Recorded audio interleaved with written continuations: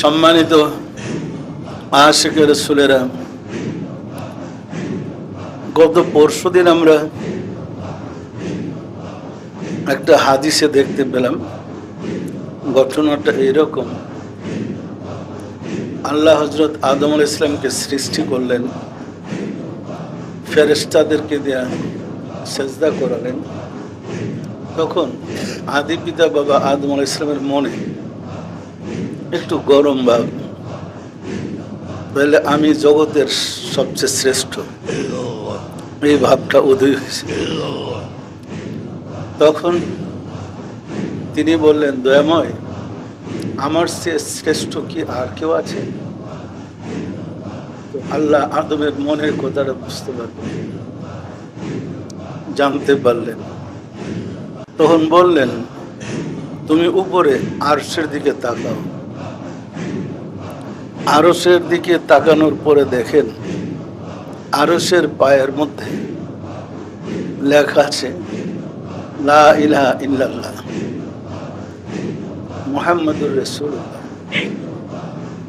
আর লেখা আছে আলী ইবনে আবু তালিব আমিরুল মুমিনিন ওয়া জাওজাতুহু ফাতিমাতুজ জোহরা সাইয়্যিদুল নিসাইল আলামিন ওয়াল হাসান ওয়াল হুসাইন সাইয়্যিদা আহলে সাবাতুল জান্নাত। অর্থাৎ কথাটা লেখা আছে আল্লাহ ছাড়া কোনো মাবুদ নাই, হযরত রাসূল সাল্লাল্লাহু আলাইহি সাল্লাম মুহাম্মদ আল্লাহ রাসূল, আর আলী ইবনে আবি তালিব আমিরুল মুমিনিন, ফাতিমাতুজ জোহরা সমগ্র নারী কুলের সর্দার, ইমাম হাসান ও ইমাম হুসাইন সমস্ত বেহেশতের যুবকদের সর্দার। এতটুকু লেখা দেখে উনি বললেন, দয়াময়, আমি কি ওনাদের জায়গায় যেতে পারবো না? আল্লাহ তার এই কথায় অসন্তুষ্ট হয়ে শয়তানকে তার উপরে বিজয়ী করে দিলেন। কারণ তার ভিতরে ছিল হিংসা। তিনি ইমাম হাসানকে দেখা হিংসা হইল, আর বিবি হাওয়া মা ফাতেমার নাম দেখা তার মধ্যে হিংসা হইল।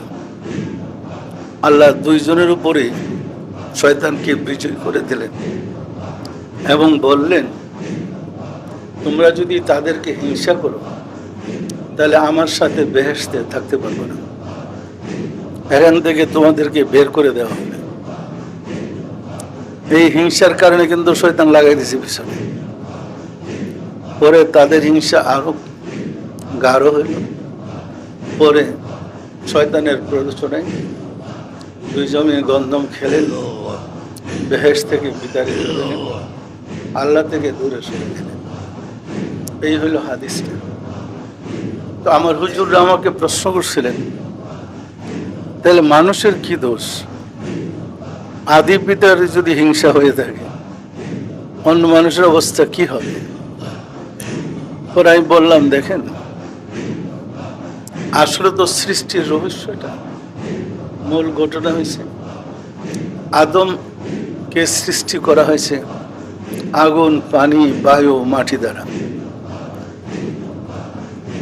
আগুনের চরিত্র, পানির চরিত্র, মাটির চরিত্র, বাতাসের চরিত্র, এই চারটার খাসিয়ত, স্বভাব, চরিত্র আদর মধ্যে ছিল বিধায় তার মধ্যে হিংসা সৃষ্টি হয়েছে। আর যে আল্লাহ ভিতরে প্রবেশ করেছিলেন সে আল্লাহ তো মহান, পবিত্র, হিংসা বিদ্বেষের ঊর্ধ্বে। তিনি পবিত্র, তিনি মহান। কিন্তু দেহটা আদম তো সাধনা করে, মুরাকাবা করে, রিয়াজত করে নফসকে পরিশুদ্ধ করে নাই। আল্লাহ পবিত্র, ঢুকলে কি হবে? বান্ডটা তো পবিত্র, ফলে তার মধ্যে হিংসা আসে। আমাদের রাসূল রাহমাতুল লিল আলামিন একাধারে 15 বছর হেরা গুহায় ধ্যান মুরাকাবা করে আগুন, পানি, বায়ু, মাটির যে স্বভাব চরিত্র, সেগুলা নিজের থেকে নিঃশেষ করে দিয়ে রাসূল বলছেন, তোমাদের মাঝে শয়তান আছে, আমার মাঝেও শয়তান আছে। আমার শয়তানকে আমি মুসলমান করে নিয়েছি, তোমরা তোমাদের শয়তানকে মুসলমান করে নাও। পরিষ্কার। সুতরাং আমাদের মাঝে শয়তান আছে, সেই শয়তান হলো নফস শয়তান।